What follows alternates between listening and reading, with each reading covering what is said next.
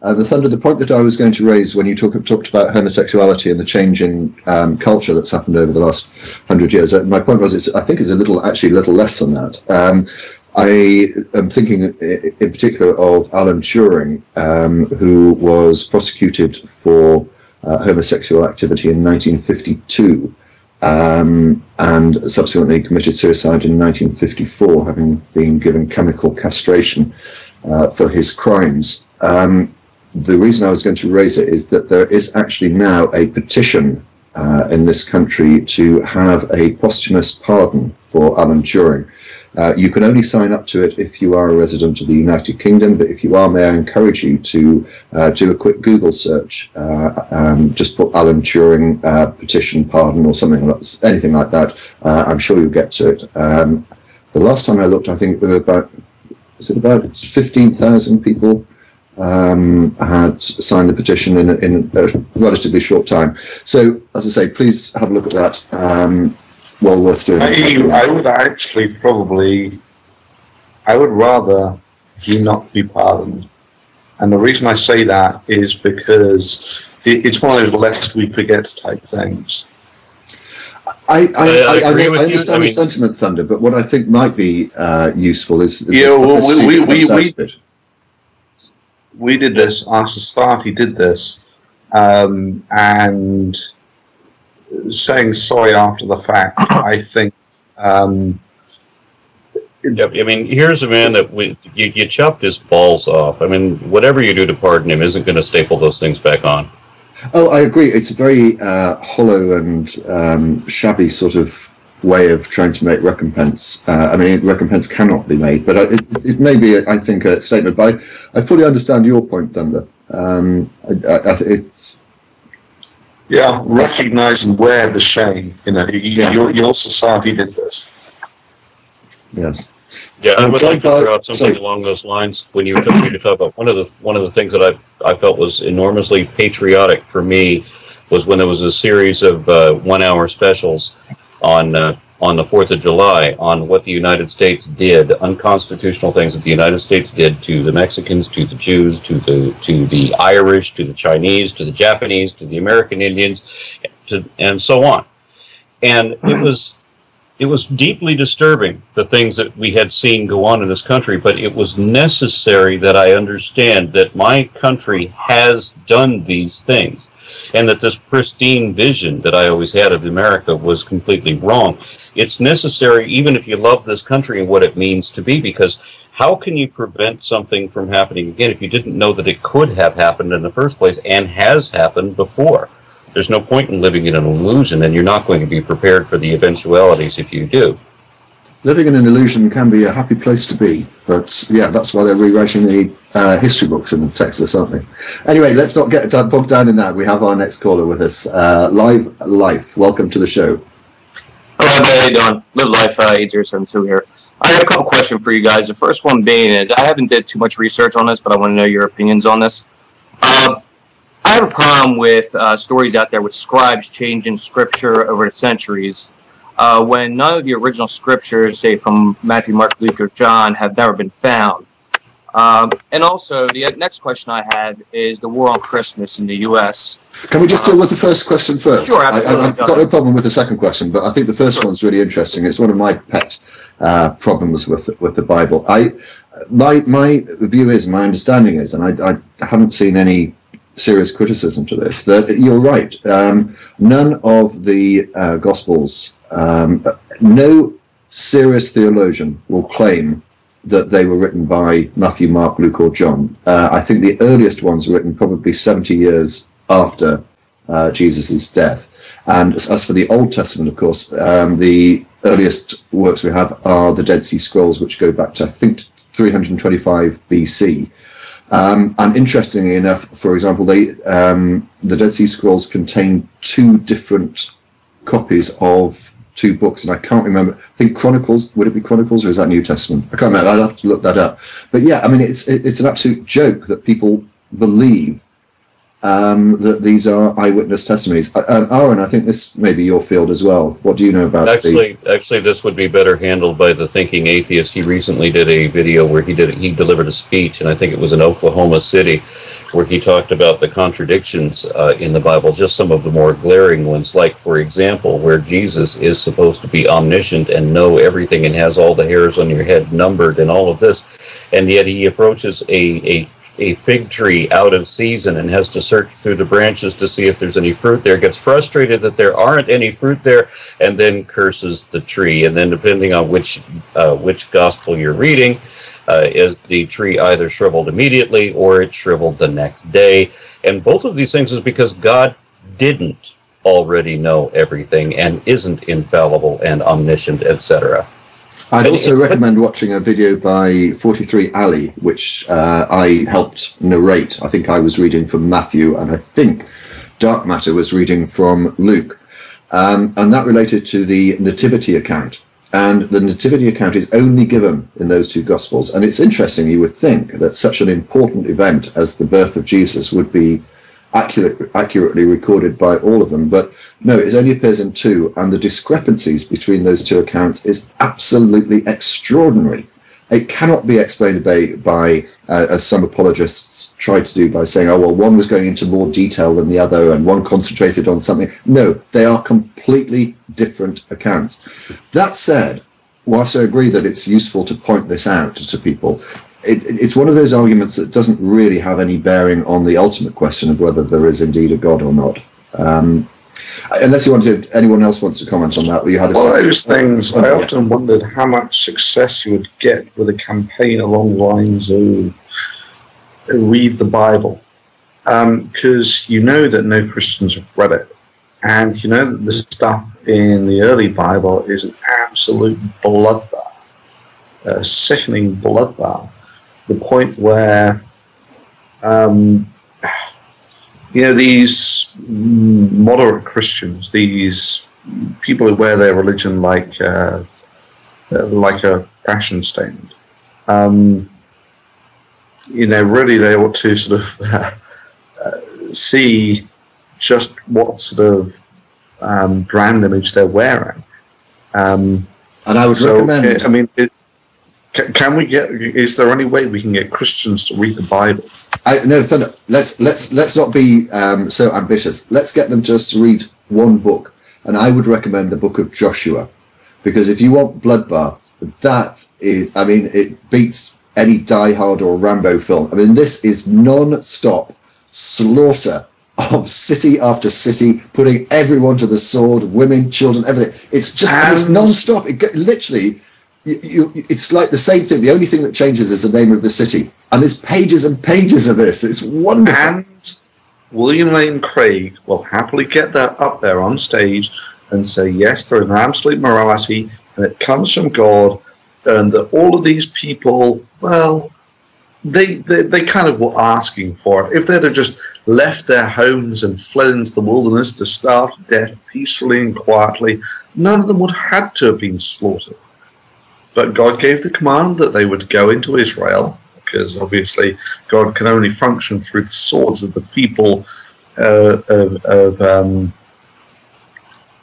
whatever the invading Israelites. You could take almost any book. I mean, The Lord of the Rings. You could take almost any book and then choose to assume that that book is absolutely true in all counts, even when it's ridiculous and can't be accounted for. And then decide it's true. And then to decide in advance that you will automatically execrate and reject any and all arguments that come against it, and rationalize, however necessary, whatever you need to do to overlook whatever you need to overlook, to focus only on those things that cognitive with your confirmation bias that support that, to make yourself believe in that book. I've got something. If you're going to get someone to read the Bible, what you really ought to do is have them identify in each scene that they're reading who the narrator is, or who the observer is that recounted the events being documented. For example, how do we know what Jesus' last words were? Who was there that was interviewed later to fill out the narrative? The Sermon on the Mount, when he says, take this cup away from me, not because I will it, but because you will it. One, I want to know who was up there that Jesus didn't know about, who was eavesdropping and frantically writing notes to make sure that it's all verbatim. And then also, wasn't that person terribly confused? Because if Jesus is God, then why is he talking to God, saying, not because I want to, but because you want to? There's a huge contradiction there. Now, Matt Dillahunty and I argued about this, and he said that there is one line that, by his description, one line out of the book of John that actually would imply, depending on your interpretation and your knowledge of the area, would imply that Jesus was assuming that he is God, not just working for God, but actually the embodiment of God. But it also has to depend on a whole lot of your background knowledge and your assumptions of the time. However, throughout the entirety of the book, I see Jesus only ever saying that God is someone else, somewhere else, who knows things he doesn't do, etc. But yet, when you bring up the Bhagavad Gita, and you talk about this whole long 16-chapter conversation that Krishna has with Arjuna, you can ask any Christian, who do you think is sitting here documenting this? Who is actually writing down this conversation? And of course, they'll immediately say, well, nobody could have been there, they just made it up. And then go to the story of Gethsemane and ask who was translating this. And then cognitive dissonance again, confirmation bias, they ignore what you're saying, the point can't be made, that won't allow it to be made. And if you go back to Genesis, who was there documenting the order of creation? Right? That was before the first human. Oh, I know, but the first 5 books, so the explanation, I'm playing devil's advocate here, the first 5 books apparently were dictated to Moses by God. That's the explanation for that. Oh, well, that satisfies me entirely. Oh, me too. But the thing that always comes about the Jesus story is that people hung around with this guy for years. And even after he's performed all these miracles, his disciples still are kind of fuzzy on whether he's actually the Son of God or not. And it's like, if they actually hung around with God manifested as a man, you'd have thought it would have been a little more obvious, to the point where after several years with the guy, you was, oh, well, he got crucified. Well, better luck with the next Messiah. Can I just go back to the book of Joshua? As I say, it's absolutely wonderful. I've opened it at random. Let me just read you a couple of verses of it. This is typical of the entire book of Joshua. This is Joshua 10:27. Sorry, 25. Joshua said unto them, do not be afraid, do not be discouraged. Be strong and courageous. This is what the Lord will do to all the enemies you are going to fight. Then Joshua struck and killed the kings and hung them on 5 trees, and they were left hanging on the trees until evening. God seemed to have a problem with the kings hanging overnight, so they were always taken down at evening, but I don't know where that bit is. Goes on. At sunset, Joshua gave the order that they took them down from the trees and threw them into a cave where they had been hiding. At the mouth of the cave they placed large rocks, which are there to this day. That day Joshua took Makkedah. He put the city and its king to the sword and totally destroyed everyone in it. He left no survivors, and he did to the king of Makkedah as he had done to the king of Jericho. And I say that is typical of the entire book of Joshua. If you're going to read one book, read that. You had a second point. Let's take that. And to the 5 people that are waiting, we will try and get to you as soon as possible. All right, my second question was, I want to get your thoughts on, is about the current story happening right now, or going back and forth in the news media, is the war on Christmas. Basically, some of the governors calling the Christmas tree a holiday tree. Now, I recently did a video asking Christians what happened if next year the governors say, okay, we're not going to do a holiday tree or Christmas tree, we're going to do a Hanukkah bush. Now, I would like to know how the Christians feel about that, and how would they have a problem with that? I'm like, that's my own thought on that. I want to know what your guys' thoughts are on this current story in the U.S. I think the war on Christmas idea is the most absurd thing that the Christian community has come up with in recent years. If I were in an Indian city, whether it was a Sikh or a Hindu city, in either case, if I'm in their culture, I'm going to want to see their holidays. I'm going to want to see their decorations. It's not going to offend me in the least. It doesn't matter that a whole bunch of people believe ridiculous nonsense that I know is not true. That's not offensive to me. As far as being in this culture and people want to set up, their Christmas trees and call them Christmas trees, let them. The problem is only when the U.S. government endorses a particular religion at the exclusion of any other. And as long as the government isn't the one who's doing it, I don't care. Call it Christmas.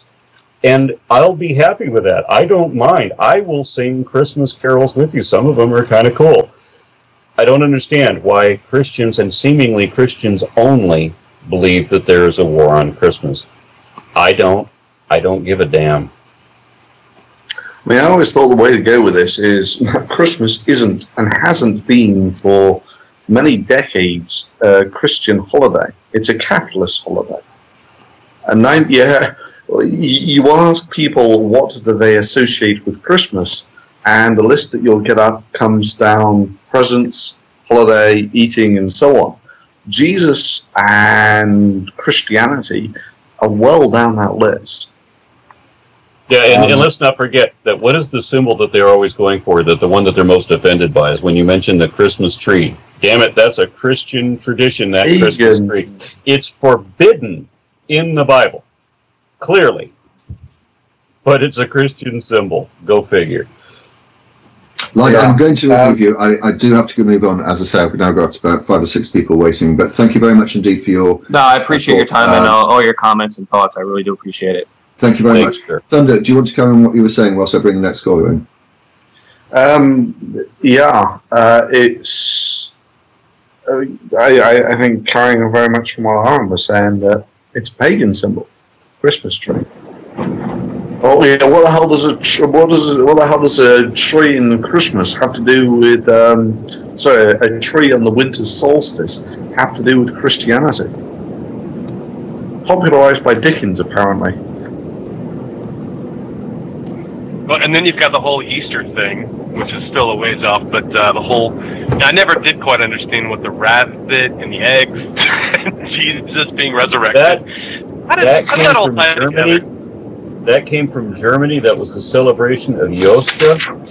Yeah. And it's another pagan holiday, obviously. So, Mayor, could you just mute your microphone? Goddess of the dawn. Yeah, okay. Sorry, Owen, it came from Germany? Oh, well, when you said mute my microphone, I naturally thought you were talking about me. For once, no. You've been very good today. Well done. You get a gold star.